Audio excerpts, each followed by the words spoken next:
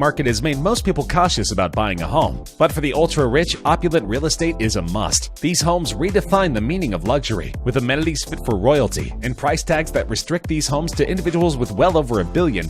From French chateaus to Indian mega towers, these homes sprawl to unimaginable sizes. Today we are counting down the top 10 biggest houses in the world.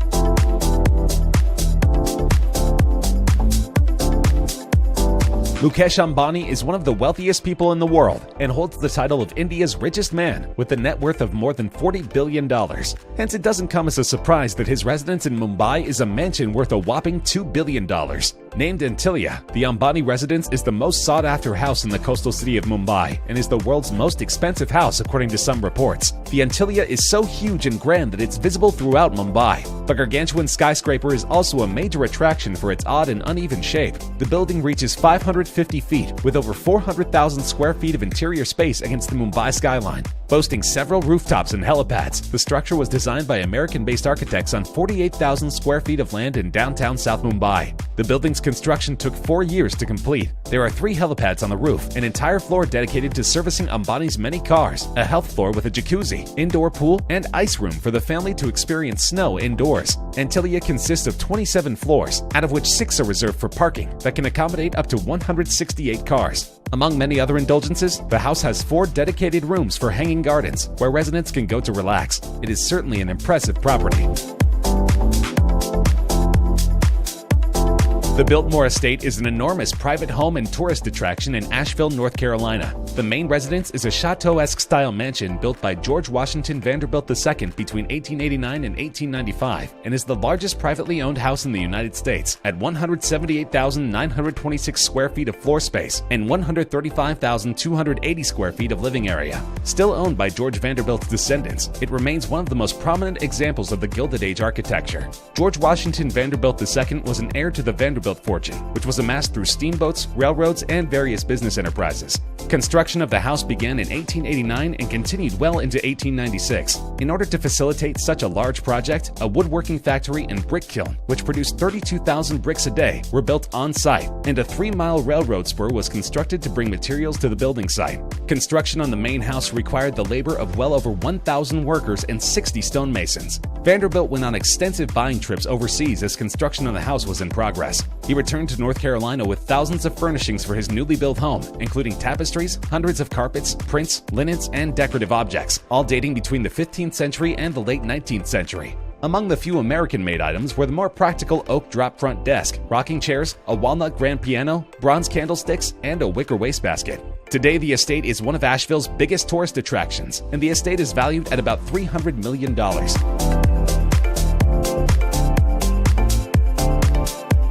According to Forbes, Joseph Safra is the second richest Brazilian and the world's richest banker, with a net worth of $15.9 billion.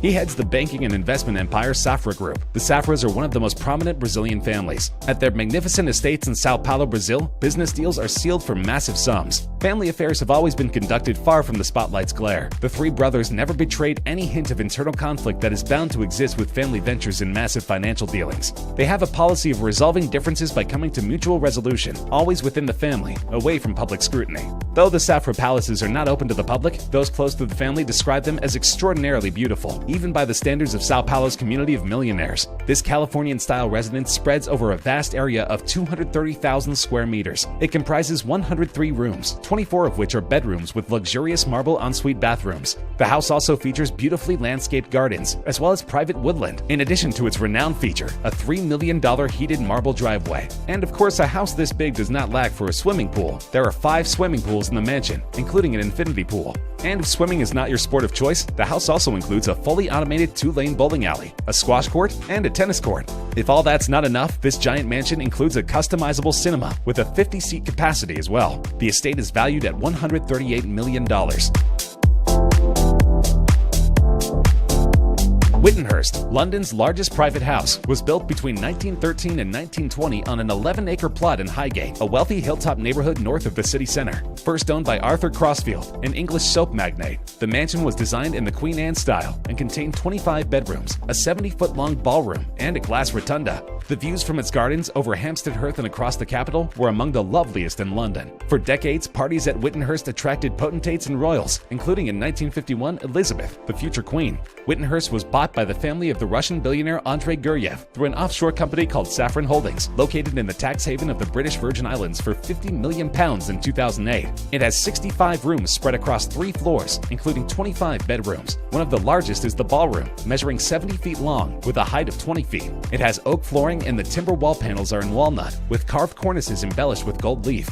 Other rooms are the drawing room, study, entrance hall, and staircase, and most of the bedrooms are all in an opulent classical style. Other richly decorated rooms include the dining room, Chinese room, billiard room, and the gallery hallway. Access to the property is via a 3-fingered gatehouse. When remodeling is complete, it will spread over 90,000 square feet, second in size only to Buckingham Palace. David Siegel made his money in timeshares, but ironically, when it came time for his own place, he decided to build the property. In fact, he's still building 10 years later and is not quite finished. By some estimates, his Versailles will be the single largest residence in the country at around 90,000 square feet. The name is an apt choice, as it's modeled on the famous French palace, and it's indeed palatial. The waterfront estate on a 10-acre Lake Butler peninsula with almost 1.5 miles of shoreline is scheduled to have all the usual bells and whistles. 2 theaters, 10 kitchens, a 20-car garage, 2 elevators, 3 pools, and a bowling alley, indoor roller rink, and arcade, just one of each. The doors and windows were constructed using some of the last remaining Brazilian mahogany at a cost of $4 million. Exterior walls are precast concrete with Pavonazzo marble veneer. The entryway will feature a 30-foot stained glass domed oculus, and the residence will have 10 staff quarters, each with a jacuzzi and a kitchen. The 13-bedroom home is expected to sell for more than $100 million when construction is finally complete. The project will be the 4th most expensive home in the United States.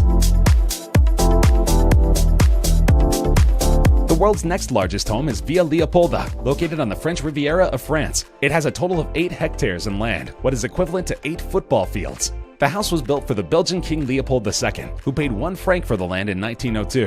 In 1915, it became a hospital, and later in 1950, it was bought by Giovanni Agnelli, owner of the Italian car brands Fiat and Ferrari. Later on, the banker Edmond Safra bought the house, but after his tragic death, the mansion was owned by his widow, Lily, which she eventually sold to Prokhorov. Villa Leopolda is currently owned by a Russian tycoon, Mikhail Prokhorov, who bought the mansion for €300 million on August 8, 2008. The mansion is located in the hills of Villefranche-sur-Mer and Beaulieu-sur-Mer, a few kilometers from the Mediterranean city of Nice. It has a garden of almost 8 hectares, with different olive, lemon, and orange trees that require more than 50 full-time workers to take care of it. The mansion, amongst others, has a room of 400 square meters and 12 pools. The main house contains 19 deluxe rooms, 14 bathrooms, antique furniture, and terraces. You can also find sports courts, a bowling alley, and even a movie theater. As expected, it also contains valuable marble and old period artwork. It's been featured in many TV shows and has appeared in Forbes magazine, as it's considered one of the most important properties in the history of Europe.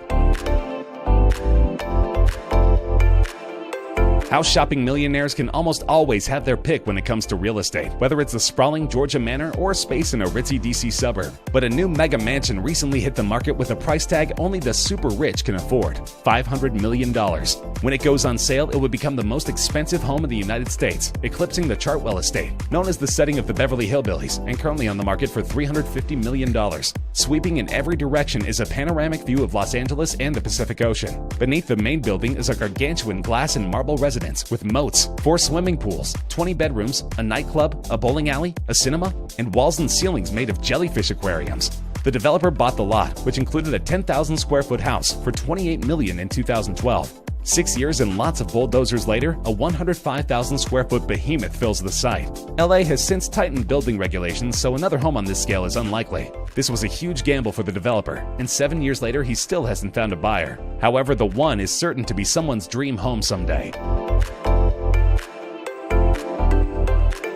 At 1 billion Chinese yuan, or $149 million, this mansion is the most expensive home ever sold in mainland China. The 1,663-acre estate is named Taohua Yuan, which translates to Utopia, or Peace Blossom Land. Located on a private island on the city of Suzhou's Dushu Lake, it comes complete with 32 bedrooms, a cavernous wine cellar, a lakeside swimming pool, and breathtaking gardens, modeled on a UNESCO World Heritage Site. This record-breaking home is surrounded by Dushu Lake and covers a staggering 1,663 acres. Traditional Chinese landscaping gives this 3-year-old home a heightened sense of age and grandeur. All 32 bedrooms are south-facing for optimal sunlight. The 72,441 square foot mansion took 3 years to build, and all brickwork was handcrafted by Qiangshanbang traditional architectural and building workers. The interior is equally as spectacular, with a beautiful wine cellar which looks large enough to store a lifetime supply of alcohol. Because of China's privacy laws, no one knows exactly who owns this incredible mansion, but it's certain that they have money to burn. Pensmore is one of the largest homes in the United States, located in the Ozark Mountains near Highlandville, Missouri, that spreads more than 72,000 square feet, reaches 5 stories, contains 14 baths, 13 bedrooms, has exterior walls 12 inches thick, and was designed to survive earthquakes, tornadoes, and bomb blasts, and whose construction lasted from 2008 to 2016. With its owner Stephen T. Huff telling the Kansas City Star in 2015 that the house should stand for 2,000 years. Huff says the house will withstand an earthquake, bomb blast, and a direct hit from an F5 tornado. Turrets reaching high from that Christian County mountaintop practically spit in the eye of the twister. This is how homes, hospitals, schools, and retirement facilities should be built, he says. Seen for miles in all directions, this mountain crescendo, one of the largest houses in America, reaches into the Ozark sky like a mix of French chateau, university building, and something out of a fantasy movie. A herd of exotic hogs roam the surrounding woods, and rumors about secret tunnels just thicken the plot. Conspiracy theories abound that this property will be used by the Illuminati in the case of an apocalypse. Junk bond billionaire Ira Rennert has a massive house in the Hamptons. It's also pretty controversial. The business mogul, who Forbes says is worth $5.9 billion, was recently in court defending the funding of his Sagaponyak estate. Representatives of a now-defunct mining business he used to own claimed he looted the company to build it, and in late February he was ordered to pay back at least $118 million in damages. But the mansion, constructed for about $110 million but now valued at closer to $400 million, has been the center of a number of controversies since Rennert built it in the 1990s. The estate actually includes 4 different houses for a total of 110,000 square feet. The main house alone has 29 bedrooms, 39 bathrooms, a basketball court, movie theater, and bowling alley. In addition to 3 swimming pools and miles of private shoreline, there's a hot tub valued at more than $150,000. The property taxes alone are $650,000 every year, more than enough to buy an incredible home somewhere else.